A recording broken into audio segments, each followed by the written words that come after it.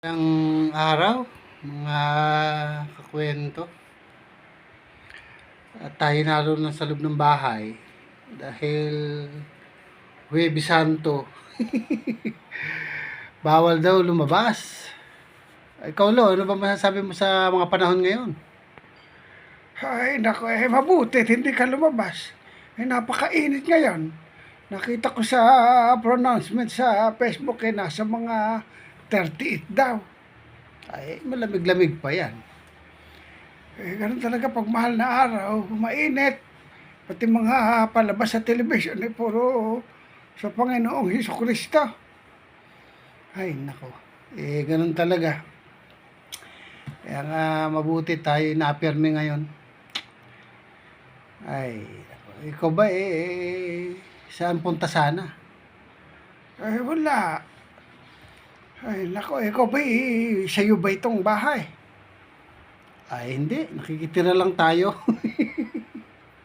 Lagi ko namang sinasabi sa iyo, kung ikaw ba may tumitigil na sa pag-iinom mo, ikaw ba nagiinom pa? Minsan, pag may pambili, Matagal na kitang pinagsasabihan na itigil mo na yung pag-iinom mo. Sugal. Nagsusugal ka ba? hindi na. Minsan pag may pera, tumataya. Saan? Loto, yan. Makatsamba tayo. Nako, talagang hindi ka nakikinig. Alam mo ba kung ikaw ay nag-ipon, baka marami ka nang inipon ngayon. Ikaw ba kailan pa natuto mag-inom? Siguro high school nagiinom ka na, no? Di naman. Minsan, pero Tingnan mo. Kung ikaw ay nag-inom mula high school hanggang ngayon, sa edad mong yan, ilang taon ka na ba?